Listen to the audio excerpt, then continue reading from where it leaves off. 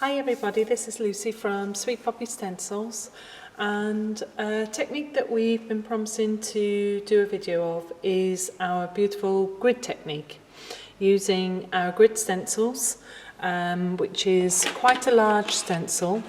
It's what we class as one of our back plates, and it's 145 by 195, so it's a biggish stencil. So the effect that you can get with the grid technique is, hopefully these will show up for you. So if I do them at an angle, and hopefully you can see how much of a grid that you get, and it creates, we're using translucent medium, so it creates like a mesh over the effect, mesh effect over the top of the image. So again, because it's a die cut product as well, die cuttable, you can die cut your images, you can grid it.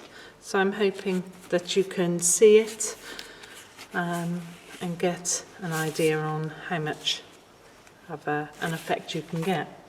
You can also use the medium and the grid, so you can see that you can use it as a background as well. So it gives you that beautiful effect. And one last one, which is again using our damask flowers, and I'm hoping that the camera can pick it up, the effect. So to get the effect, so we're going to go in with the background, and we've done this lots of times at workshops and people love it at the workshops, but it is one that we had promised to do a technique on. So first off, what we're going to do is we're going to start off with a piece of card, okay? And you're going to get your stencil tape, and you're going to create a frame. So you're going right up to the frame, so I'm just getting closer to it so I can see it. And you're masking off, okay? Tuck it under, and you're going to go all the way around the card doing this.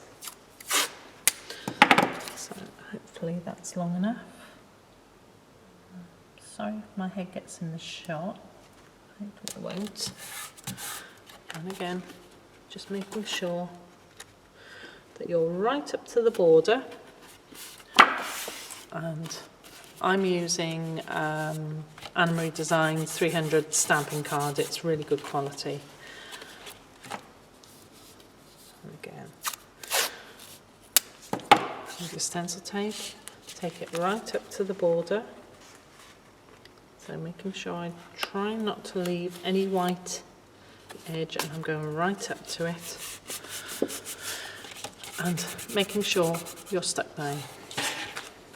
And you're going all the way around. Again. So have a bit of kitchen roll ready for this as well, because we're going to spray on, ink on, and then we're going to spritz off with a spritzer, creating a beautiful effect background. So let's move the magnetic sheet out of the way for the moment. So you put your inks on how you're comfortable with. I'm using the oxides. I do love these. What ones am I using? I'm using fossilized amber, peel paint, and fired brick. They are my favourites, one of my favourites. So just using a smoothie, and I'm just inking where I'm happy. If you see your tape lift, move away from it. Do not keep working over it, because you won't get this beautiful frame. There we go. And we're going in with the yellow, or the amber. And I am just slapping my inks on and getting as much colour as possible. And I promised this technique at the shows for a long time, so I do apologise if we're slow in getting the technique out to you. It's just been a bit hectic. So again, building up your colour until you're happy with what you've got. I've already got one prepped anyway, because you do really need to dry it with a heat gun, but I've got one dry anyway, so that's fine. And be a bit bold sometimes with your colour. I'm a bit safey sometimes. I could really do with maybe a bit of a blue in there, but that's fine. So you're happy with the colour that you've got on, so pop your inks away because you're not going to use those anymore. Okay, and you're going to go in with a spritzer, and I'm using our little fine misters. But you could use a paintbrush, you know, depends on what you want. So let it eat into the paint, into the inks, pop it on, and I tend to roll off because I find if I press with my hands, I tend to get a fingerprint sometimes. Now that's fab, I like that, that is lovely. So you can see. Now what I would do is, and I recommend everybody to do, is I would dry that with a heat gun. So what you do, as I've said, I've got one already prepped. Once you've heated it with a heat gun, then off with your tapes, because what happens is you don't want to use a translucent medium over the dye ink. What would happen is it would bleed out everywhere, and that is a fab. I like that one very much. So there's your background. Nice, quick and simple. Okay, so I'm popping that one up to dry because I'll use that one later on because I think that's beautiful. So I've used one, I've got a little bit more green, a little bit more blue in there. I think there's the spruce one in there as well that I've used. So I blast it with a heat gun, nice and dry, and I'm just going to pop on my chosen stencil. So I'm going in with my magnetic sheet as always. Whenever you're using your stencils, magnetic sheet.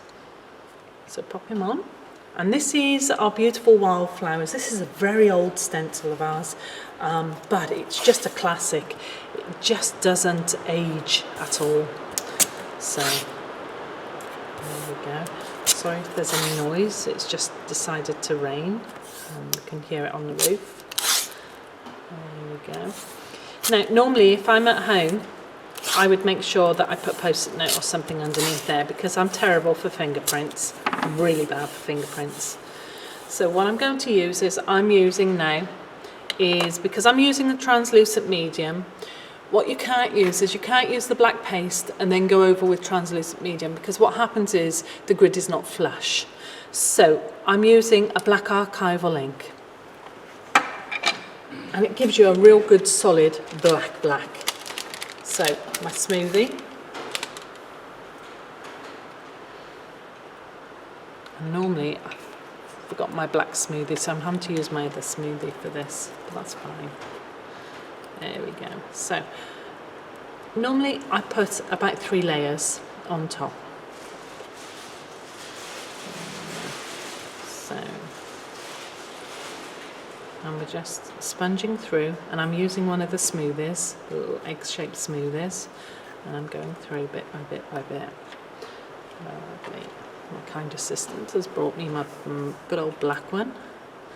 And I'm going in. And you can see, building up a layer, moving him around until you're really happy. Now, because Wildflowers has got quite a few fine areas, I'm going in with one of our flat-ended, they're blunt-ended stencil brushes, and that means that I can then pick up the inks and get in all the tiny little areas as well. And it's worthwhile taking time to do this.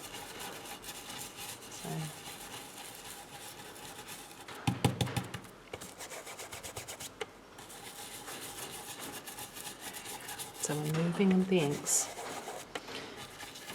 We're building up layers, so you'll do one layer, another layer, another layer. Probably, as I said, at home I would probably do about 3 layers to get a good solid black image. Going back to my smoothie, picking up my inks, and I'm sponging through. What I would never do is I would never use the ink pad. So never go straight to it with the ink pad, because you'll flood the image and then you'll find that it'll bleed everywhere. Also, make sure that you don't use a dye-base ink for this particular technique, for the black. something like the black soot, I wouldn't use that, because when we use a translucent over the top, what's going to happen is it will just bleed everywhere. So we're going in.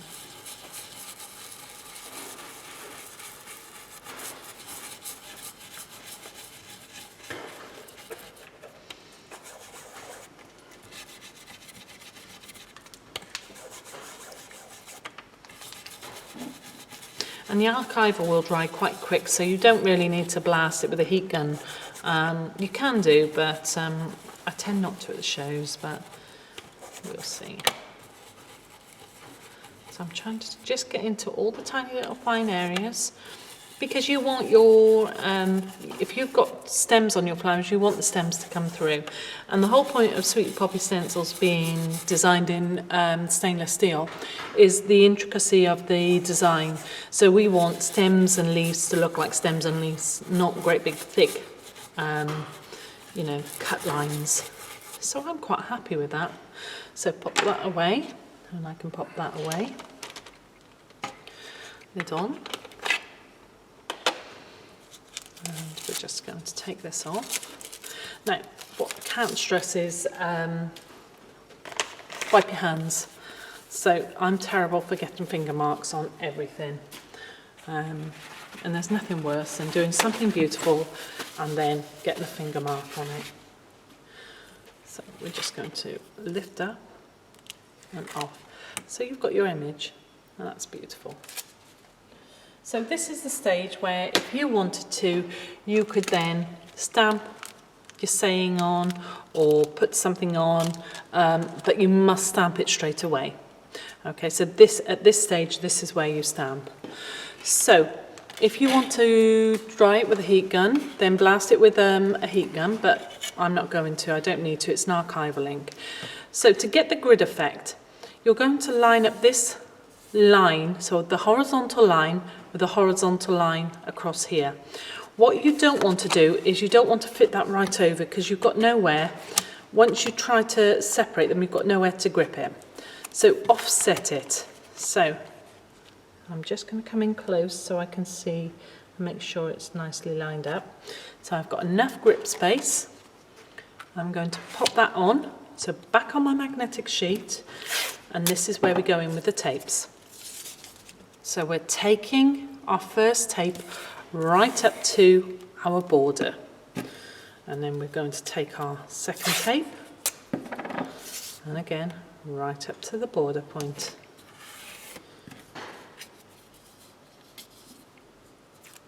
Then you're going to do your double. So you're slightly overlapping and double. Then side, and you're going straight up to the frame or the border, and again. So your lovely mask off, nice and easy. So we're going in with translucent. So the stencil dimension is translucent. It does what it says on the pot. It's going to go clear. And again, you do not need to stir any of our new mediums. They're not like the old ones where we used to have to get them nice and smooth and creamy. So in the middle, along, up, take off, back in, and up. So learn to keep it up that way rather than dangle it that way, otherwise it's going to drip everywhere. So we're going off, and we're going off. That goes straight into water. Lid on your medium, because you do not want the skin to form. And then we're going to take off. So we're taking our outer, our bottom,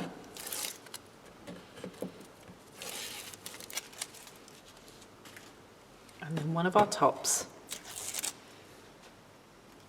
Baby white ready, just to clean off the edge there. Lovely. Tease them up. So I'm taking it out of shot, I do apologise, and I'm pulling down. I'm lifting up, and there's our grid. So you can see it's white at the moment. The white will go transparent because you've used the translucent. So clean off your mat so it's nice and clean to use next time. And then there's a little trick. So let me see if I've got it. So can you see this bit here? So it's just gone over the edge.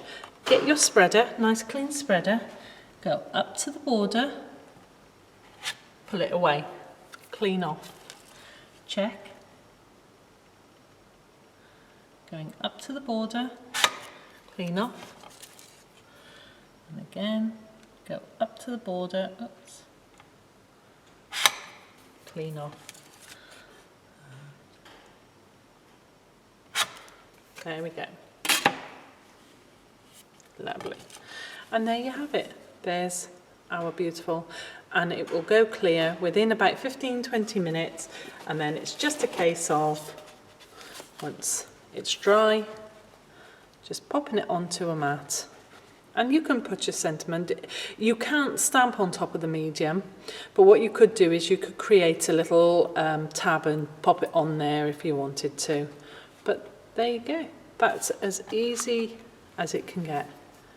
I hope you enjoyed our grid technique, and I hope you can join us again. Thanks for joining us. Bye.